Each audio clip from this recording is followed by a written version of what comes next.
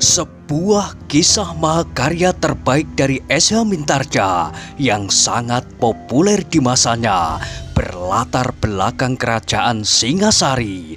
Dengan bangga kami persembahkan kepada sahabat Permata TV tercinta semuanya dengan judul Kisah Pelangi di Langit Singasari. Pada kesempatan yang sangat baik ini, kita masuk pada episode yang ke-62. Selamat menikmati. Pada episode sebelumnya telah diceritakan, seperti beberapa orang yang lain, maka Ken Arok jauh lebih dalam memuji Witantra di dalam hatinya. Ia benar-benar satu-satunya orang yang berjuang tanpa pamrih. Ia bertempur benar-benar untuk menegakkan kemanusiaan, hak atas dasar kewajiban. Ketika ia berpaling dan menyambar wajah Aku Tunggul Ametung yang tunduk, maka katanya di dalam hati, "Aku berbuat seperti sekarang ini karena ia dikejar oleh perasaan bersalah. Ia ingin menebus kesalahannya itu dengan membebaskan kembali Ken Dedes dan menghukum kuda sempana dengan cara lain. Cara yang tidak semata-mata mengingkari tingkah laku sendiri. Sedang Mahesa Agni yang terluka itu berjuang untuk menyelamatkan adiknya, untuk menyelamatkan keluarganya dari kehancuran. Kuda sempana bersedia bertempur di arena karena ia dilanda oleh nafsu yang tak terkendali. Nafsu untuk memiliki Ken Dedes meskipun hanya wadaknya saja. Tetapi tidak demikian dengan Witantra. Ken Dedes bukan sanak, bukan kadang. Bukan pula seorang gadis yang telah menyeret nafsunya. Dan bukan pula gustinya. Bukan apa-apa. Ia benar-benar dapat mencuci tangannya seperti perwira-perwira yang lain yang acuh tak acuh atas persoalan itu. Ia dapat tidur nyenyak dengan istri dan keluarganya di rumah. Atau apabila ia harus melihat perkelahian di arena, ia dapat memuji, namun dapat pula mencela salah seorang daripadanya sambil membelai kumisnya tanpa bahaya. Namun kini ia telah terjun di arena dengan sukarela karena ia melihat dengan mata kepalanya sendiri kemanusiaan telah diperkosa oleh kesewenang-wenangan. Ia melihat ketidakadilan dan ia melihat seseorang yang dapat memperalat kekuasaan dan pedang untuk mencapai maksudnya. Karena itu, Witantra yang merasa memiliki pedang pula di lambungnya telah turun ke arena untuk melawan pedang dalam kesewenang-wenangannya. Tak sepatah kata pun yang diucapkan oleh Aku Tunggul Ametung sebelum perang tanding itu dimulai. Tak ada orang lain yang diperintahkannya untuk berbicara. Ia hanya menganggukkan kepalanya dan bergumam lirih. Mulailah. Witantra mengangguk hormat, kemudian memutar tubuhnya menghadap kuda sempana. Namun kuda sempanalah yang kemudian berkata lantang, "Para perwira prajurit, kawan-kawanku pelayan dalam, dan para pimpinan pemerintahan. Tuanku Aku telah melepaskan janji. Arena ini adalah keputusan tertinggi. Siapa yang menang ia berhak menentukan sikapnya atas gadis Panawijen yang sekarang sedang sakit di istana. Dan aku sengaja turun karena untuk mempertahankan hakku atasnya." Belum lagi mulut kuda sempana terkatup rapat, terdengar Aku membentak, "Jangan banyak bicara. Kalau kau tidak segera mulai, maka lawanmu adalah aku sendiri." Semua orang terkejut mendengar Aku membentak. Beberapa orang menjadi kejut dan bingung apakah sebenarnya yang telah terjadi. Namun beberapa orang tersenyum di dalam hati. Keduanya adalah orang-orang muda. Kuda sempana pun terdiam pula ketika ia mencoba mencuri pandang. Di pangkuan Tunggul Ametung terletak sebuah benda yang kuning gemerlap. Itulah pusakanya yang dapat menggugurkan gunung dan dapat mengeringkan lautan. Sekali lagi tanpa disengajanya, kuda sempana meraba kerisnya. Kerisnya itu ada di lambungnya. Tetapi ketika ia memandangi tubuh Witantra keseluruhannya, maka Witantra sama sekali tidak membawa senjata apapun. Meskipun demikian, kuda sempana itu masih juga berkata, bahkan ditujukan kepada Aku Tunggul Ametung. "Titah tuanku hamba junjung tinggi, hamba hanya ingin supaya para perwira mengetahui apakah yang harus kami lakukan." "Diam! Diam! Diam!" teriak Aku Tunggul Ametung. Secengkang ia beringsut, tetapi Witantra yang menjadi cemas kalau Tunggul Ametung itu kemudian berdiri dan menerjunkan diri ke arena, maka segera ia meloncat menyerang sambil berteriak, "Adik kuda sempana, aku akan segera mulai." Kuda sempana melihat Witantra mulai dengan serangannya, namun tidak berbahaya. Meskipun demikian, kuda sempana menggeser ke samping untuk menghindari serangan itu. Tetapi agaknya kuda sempana itu masih belum puas dengan apa yang dikatakannya. Ia masih ingin berteriak lagi memperkecil arti tindakan Tunggul Ametung itu, membatasi persoalannya sebagai suatu persoalan berebut gadis di antara dua orang jejaka. Bukan soal seperti yang dikatakan oleh Witantra yang memandangnya dari segi lain, dari segi hak, kemanusiaan dan beban kewajibannya sebagai seorang kesatria. Karena itu maka sekali lagi ia mencoba berteriak sambil meloncat surut. Namun Witantra melihat gelagat itu, betapapun ia tetap dalam ketenangannya, tetapi perbuatan kuda sempana itu benar-benar tak menyenangkan. Karena itu, demikian kuda sempana mulai membuka mulutnya, maka mulai pulalah serangan Witantra berikutnya.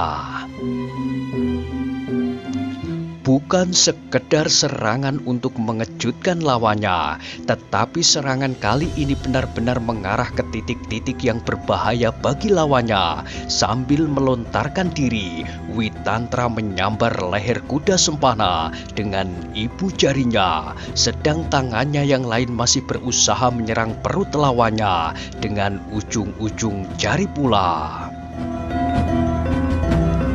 Kuda sempana kali ini benar-benar terkejut melihat gerak itu, gerak yang langsung berusaha menyelesaikan perkelahian dengan menutup lubang pernafasannya. Karena itu maka ia tidak sempat untuk berteriak lantang, namun sekali ia harus bergeser surut sambil merendahkan dirinya, sedang tangannya berusaha untuk memukul tangan Witantra ke samping.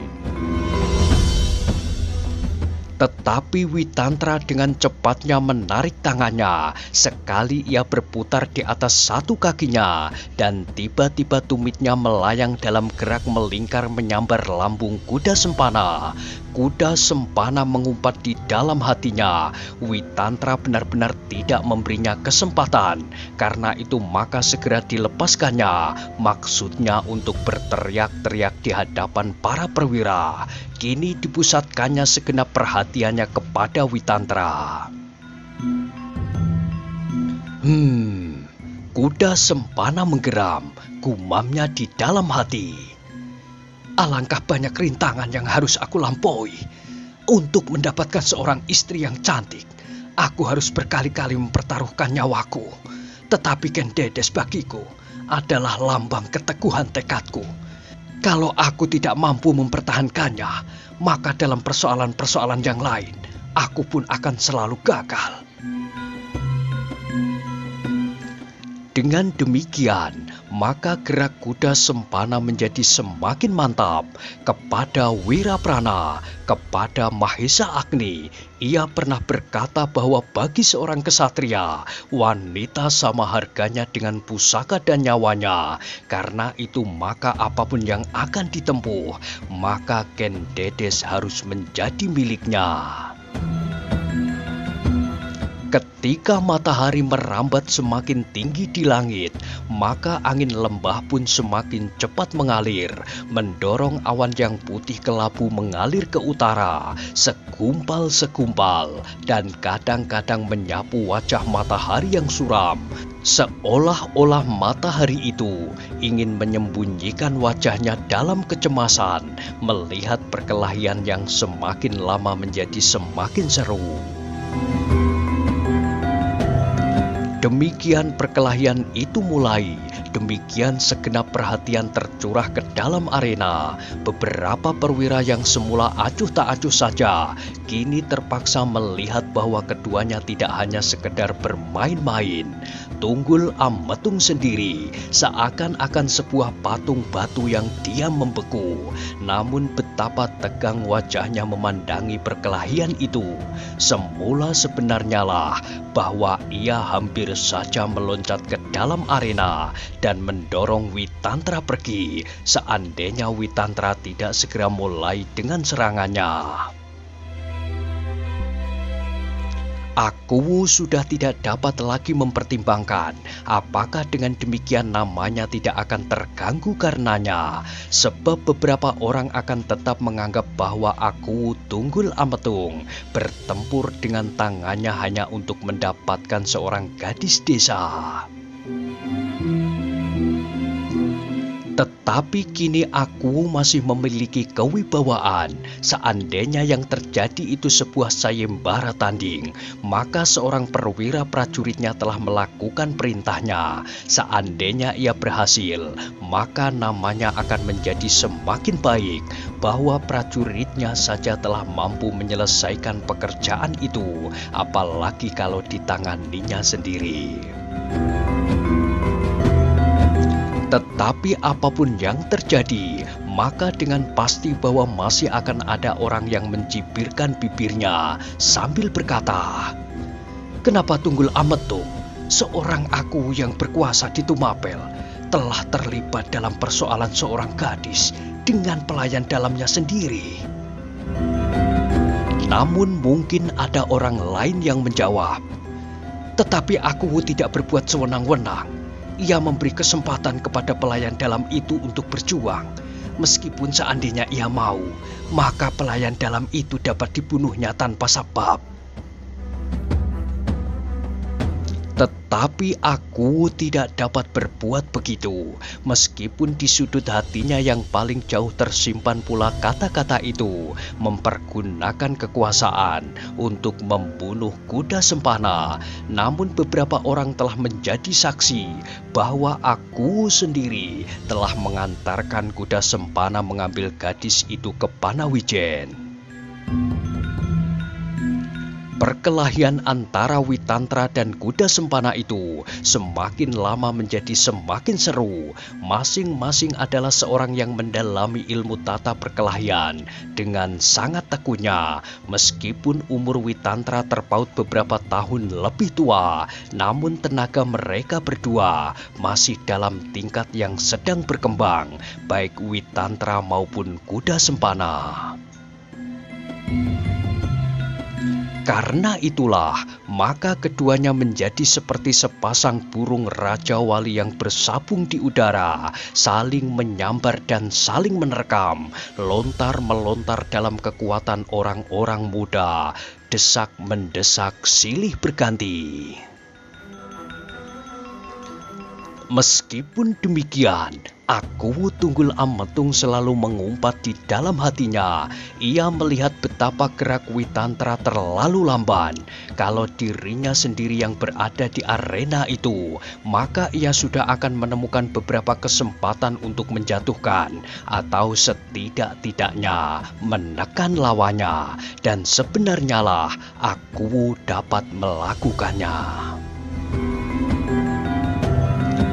Ia tidak hanya sekedar dapat mencela, sebab aku sendiri mampu bergerak secepat burung walet yang menyambar ikan di wajah lautan. Namun apabila Tunggul Ametung memperhatikan kuda sempana, maka aku itu menarik nafasnya dalam-dalam. Witantra terlalu lamban dibanding dengan lawannya. Sehingga dengan demikian, maka perkelahian itu berlangsung dalam suasana yang semakin lama semakin tegang. Apalagi kuda sempana semakin lama menjadi semakin kehilangan pertimbangan yang ada di dalam kepalanya. Tinggallah suatu tekad untuk menghancurkan lawannya. Bukan hanya sekedar mengalahkan saja, menundukkan untuk mendapat kemenangan.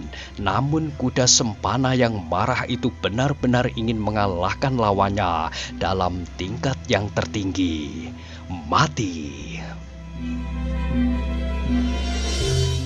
Itulah sebabnya ia memeras segenap kemampuan dan ilmunya. Ia ingin mencengangkan semua orang yang melihatnya. Seorang pelayan dalam telah berhasil mengalahkan sampai mati seorang perwira prajurit.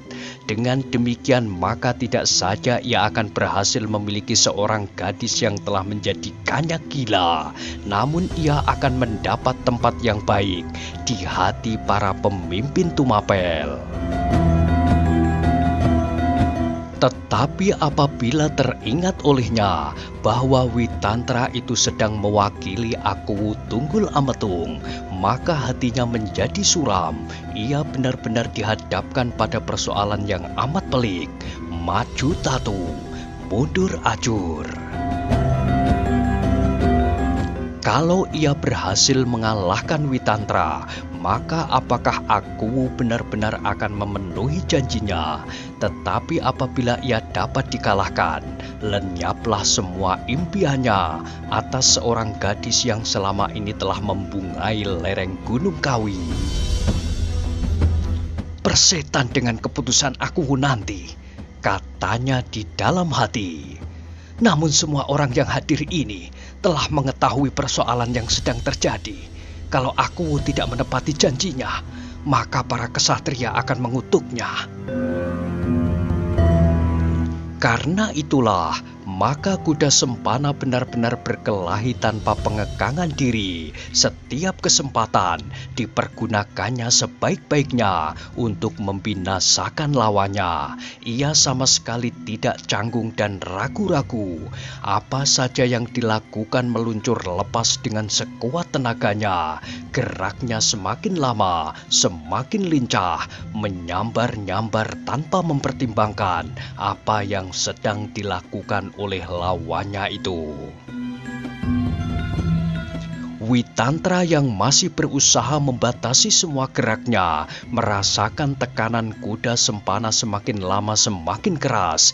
Bahkan kemudian ia melihat serangan-serangan kuda sempana atas bagian-bagian tubuhnya yang benar-benar berbahaya.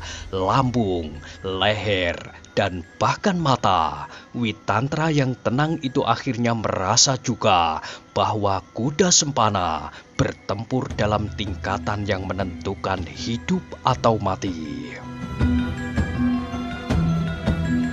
Witantra menggeram perlahan-lahan. Ia masih saja dijalari oleh kebimbangan. Apakah ia akan mengimbangi kegilaan kuda sempana itu? Apabila demikian, maka tidak ada bedanya antara mereka keduanya. Tetapi apabila ia tidak berbuat serupa dengan mengekang semua serangan, maka ia semakin lama pasti akan disudutkan ke dalam kesulitan. Ketika sekali ia mencoba memandang wajah Akuwu Tumapel, dilihatnya wajah itu merah padam seolah-olah hampir meledak. Tunggul Ametung itu menggigit bibirnya sambil mengepalkan kedua tangannya yang bahkan sekali-kali memukul kaki-kakinya sendiri. Witantra menyadari kegelisahan Tunggul Ametung. Akuwu itu pasti melihat keraguan-raguannya. Akuwu itu pasti melihat bahwa ia dalam kebimbangan. Sehingga karena kebimbangannya itu, ia banyak terdesak dan itu menggelisahkan sekali.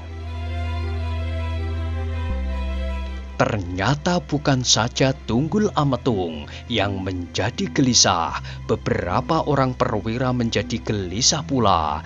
Namun sebagian dari mereka sama sekali tidak memikirkan nasib gadis Panawijen itu apabila Witantra dikalahkan, sebab mereka hampir tidak tahu menahu persoalan itu. Yang mereka cemaskan, seandainya Witantra dapat dikalahkan oleh kuda Sempana, maka sebagai prajurit Tumapel, mereka akan menjadi malu. Harga diri mereka akan tersinggung karenanya. Mereka menjadi cemas benar-benar karena sama mereka sendiri, karena kepentingan mereka masing-masing. Meskipun di dalam hati mereka tersimpan juga perasaan heran akan kelincahan kuda Sempana sebagai pelayan dalam yang mempunyai kedudukan setengah prajurit itu, kuda Sempana benar-benar dapat dibanggakan. Berbeda dengan beberapa pelayan dalam yang hadir di tepi arena itu, seperti juga para prajurit, mereka tidak menghiraukan persoalan yang tengah mereka perjuangkan. Mereka kini hanya dapat melihat suatu kebanggaan di dalam lingkungannya. Kuda Sempana ternyata tidak kalah tangkas dan lincahnya, meskipun ia sedang bertempur melawan seorang perwira prajurit pengawal istana. Salah seorang dari mereka tidak dapat mengendalikan perasaannya, sehingga dengan penuh gelora kebanggaan ia berbisik kepada seorang pelayan dalam lain yang duduk di sampingnya. "Lihat, bukankah di lingkungan kita ada juga seorang yang tidak kalah tangkasnya dari mereka yang telah disebut prajurit sepenuhnya?" "Gila kau," sahut kawannya itu. "Itu bukan suatu keistimewaan. Sedang seorang petani, anak pedesaan, mampu mengalahkan kuda Sempana itu. Bahkan membunuhnya pun ia mampu." "Ah, petani yang mana?" Kawannya itu mengerutkan keningnya, kemudian jawabnya, "Aku mendengar dari seorang perempuan tua, keluarga petani itu. Kuda Sempana pernah diampuninya. Meskipun seandainya ia mau, maka ia akan dapat memenggal leher kuda Sempana itu dengan mudahnya."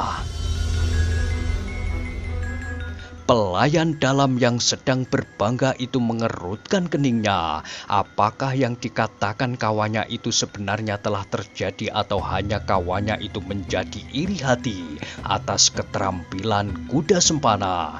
Dengan ragu-ragu ia bertanya, "Apakah kau berkata sebenarnya atau perempuan tua itu membual?"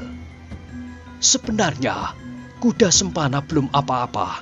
Lihat, kalau Witantra telah dapat menindas keraguan-raguannya, maka kuda Sempana akan segera dapat dilemparkan dari arena." "Gila, apakah kau tidak berbangga atas kemenangan kawan kita itu?" Tidak. Terkutuklah kuda Sempana itu. Kau iri hati." "Tidak, aku berani melawannya. Aku pernah bertempur dengan anak pedesaan yang mampu mengalahkan kuda Sempana itu, dan anak muda itu belum mampu mengalahkan aku." Pelayan dalam itu berpaling. Ia terkejut ketika dilihat wajah kawannya yang merah membara. Kawannya itu ternyata adalah Ken Arok. Pelayan dalam kawan Ken Arok yang tidak banyak mengetahui persoalannya itu menjadi sangat heran. Kenapa Ken Arok seolah-olah menjadi marah melihat perkelahian itu, sehingga tanpa sesadarnya ia bertanya, "Kenapa kau Ken Arok?" Ken Arok tidak menjawab. Matanya yang bulat masih saja memandang perkelahian itu hampir tanpa berkedip.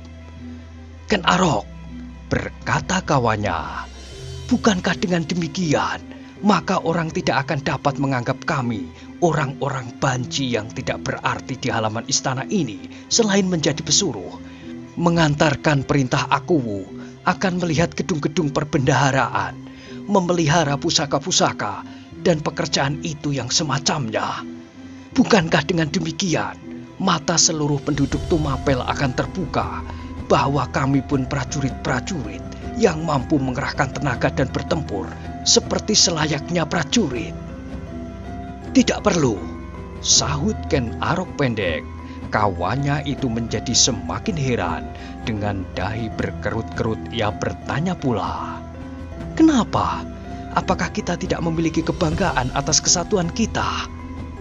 Kali ini yang penting bukan kesatuan, bukan seorang pelayan dalam dan seorang prajurit. Kalau kau berpikir demikian, dan para prajurit itu juga berpikir seperti kamu, maka akan segera timbul pertengkaran antara kita. Bukan begitu, Ken Arok, bukan begitu. Sudahlah, lihat, sekarang Witantra sudah agak maju. Ia sudah hampir berhasil menindas kebimbangannya. Ia terlalu jujur dan baik hati. Kawannya masih tetap tidak dapat mengerti kenapa Ken Arok tidak berpihak kepada kuda sempana, sehingga sekali lagi ia bertanya, kenapa kau berpihak pada perwira itu? Apakah sebentar lagi akan berpindah ke kesatuannya? Tidak, tetapi aku melihat persoalannya, bukan siapakah yang sedang melakukan. Aku tidak peduli apakah kuda sempana itu dari kesatuanku, apakah ia adikku, atau ayahku sekalipun. Ia berada di pihak yang salah. Kawannya mengerutkan keningnya. Sekali ia menarik nafas. Kenapa kuda sempana bersalah? Kalau ia bersalah, maka aku pasti akan menangkap dan menghukumnya. Pasti ada sesuatu sebab kenapa aku memberinya kesempatan. Tetapi ketika ia hampir membuka mulutnya, terdengar Ken Arok berdesis tajam. Jangan bicara lagi. Aku tidak senang mendengarnya. Sebab kau berpihak tanpa mengetahui persoalannya, sedang aku berpihak pada kebenaran. Nanti kita akan bertengkar sendiri. Besok kalau kau sudah mendengar cerita yang sebenarnya, kau akan sependapat dengan aku. Orang itu mengurungkan niatnya. Ketika ia memperhatikan perkelahian di arena, maka kembali keningnya berkerut. Perkelahian itu telah berubah sama sekali. Ia tidak melihat lagi kuda sempana mendesak Witantra terus-menerus. Kini yang dilihatnya, perkelahian itu menjadi agak seimbang. Hanya sekali-kali kuda sempana berhasil mendorong Witantra surut dan mencoba memburunya. Namun sesaat kemudian Witantra telah menemukan keseimbangannya kembali. Sehingga dengan cepatnya ia mendahului menyerang, dengan segera ia mendapatkan tempatnya kembali. Pelayan dalam kawan Ken Arok itu mengerutkan keningnya. Ia mulai ragu-ragu dengan penglihatannya. Apakah benar Witantra akan dapat mengalahkan kuda sempana? Namun kemungkinan itu masih jauh. Sekali-kali ia masih melihat kuda sempana menguasai arena. Karena itu ia menarik nafas dalam-dalam. Bahkan kembali ia bergumam, kedudukan kuda sempana masih cukup baik. Ken Arok tidak menjawab, tetapi ia menggigit bibirnya untuk menahan kejengkelannya. Namun kawannya itu agaknya sama sekali tidak puas dengan pendirian Ken Arok, sehingga ia berkata, aku sangka Witantra itu tidak akan bertahan lebih lama. Ia hanya sekedar orang yang berlagak sakti. Lihat itu, adik-adik seperguruannya yang nakalnya bukan main. Kebu Ijo, untung ia tidak jadi kawin dengan adikku. Sekarang bakal istrinya hampir-hampir tak pernah diperhatikannya lagi. Ia sudah akan kawin meskipun masih terlalu muda karena kebengalannya. Masih terpandanglah adiknya yang lain, Mahendra.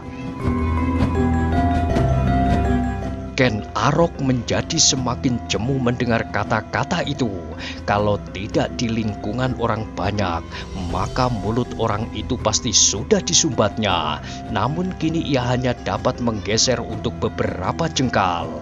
Tetapi orang itu benar-benar menjengkelkan. Ia bergeser pula mengikutinya sambil berkata, "Hei, Ken Arok, apakah kau ingin supaya kau yang mengganti kuda sempana bertempur melawan Witantra, supaya kau mendapat hadiah itu?" Ken Arok menggeram. Akhirnya ia menjawab, Aku ingin menggantikan Witantra dan mencekik leher kuda sempana. Kawannya tertawa perlahan-lahan, desisnya. Kau benar iri. Kalau tidak, kau tidak akan berbuat begitu. Ken Arok hampir tak dapat menguasai dirinya. Sesaat ia bingung bagaimana caranya membungkam mulut kawannya itu. Tiba-tiba saja tangannya yang kuat itu perlahan-lahan menyobek tikar tempat duduknya. Dan dari bawah tikar itu diambilnya sebuah batu. Ketika kawan di sampingnya masih berkata pula, Ken Arok memotongnya. Kau mau diam atau tidak? Orang itu bahkan tertawa meskipun perlahan-lahan. Kemudian jawabnya, itu adalah urusanku. Apakah aku mau berkata terus atau aku mau diam? Tetapi kau mengganggu aku. Salahmu kalau kau merasa terganggu. Jangan tunggu sampai aku membungkam mulutmu. Orang itu membelalakkan matanya dengan marahnya. Bahkan ia berkata, jangan sombong orang baru. Aku bunuh kau nanti. Kini Ken Arok benar-benar tidak dapat menahan dirinya. Sehingga dengan geramnya ia menunjukkan sebuah batu di tangannya itu. Sambil berkata, lihat, inilah mulutmu itu. Mau apa kau? Tantang kawannya. Ken Arok tidak menjawab. Tetapi tiba-tiba kedua tangannya meremas batu di tangannya sehingga pecah menjadi 3. Ternyata karena luapan kemarahannya, Ken Arok telah menghimpun kekuatannya di dalam tangannya itu. Sehingga dengan satu gerakan yang sangat luar biasa dahsyatnya, tangannya berhasil memecahkan batu itu tanpa berkisar dari tempat duduknya. Kawannya pelayan dalam yang duduk di samping itu, yang dengan bicaranya telah membakar kemarahan Ken Arok, terkejut bukan alang kepalang. Seperti melihat hantu di bawah terik matahari, ia membelalakkan matanya. Batu itu pecah, gumamnya di dalam hati. Ya, pecah, dan sepasang mata ini telah melihat. Tiba-tiba tubuhnya menggigil menahan perasaannya yang bergolak itu. Hampir tidak mungkin terjadi. Dan ia tidak akan percaya seandainya orang lain yang mengatakan kepadanya bahwa sambil duduk terpekur, Ken Arok mampu memecahkan batu-batu dengan jari-jarinya. Tetapi itu telah terjadi. Mulut orang itu bergetar, namun ia tidak dapat mengucapkan sepatah kata pun. Ketika Ken Arok meletakkan pecahan batu itu di pangkuannya, orang itu sama sekali tidak mampu untuk menerima dengan tangannya. Apalagi ketika ia mendengar Ken Arok berdesis. Nah, lihat batu itu. Kalau kau berkata sepatah kata lagi, apalagi memuji kuda sempana atau mengancam membunuh aku, maka mulutmu lah yang akan aku remas seperti batu itu. Aku yakin bahwa mulutmu pasti lebih lunak daripada batu. Bagaimana? Seperti dikuasai oleh kekuatan yang tak dimengerti, maka orang itu menganggukkan kepalanya berkali-kali, seakan-akan ia ingin meyakinkan bahwa ia benar-benar tidak akan berkata sepatah kata pun lagi. Lihat arena itu, geram Ken Arok. Orang itu mengangkat wajahnya dan dilihatnya apa yang terjadi di arena. Nah, bagaimanakah kisah selanjutnya? Silahkan ikuti terus kisah Pelangi di Langit Singasari pada episode berikutnya. Sampai jumpa.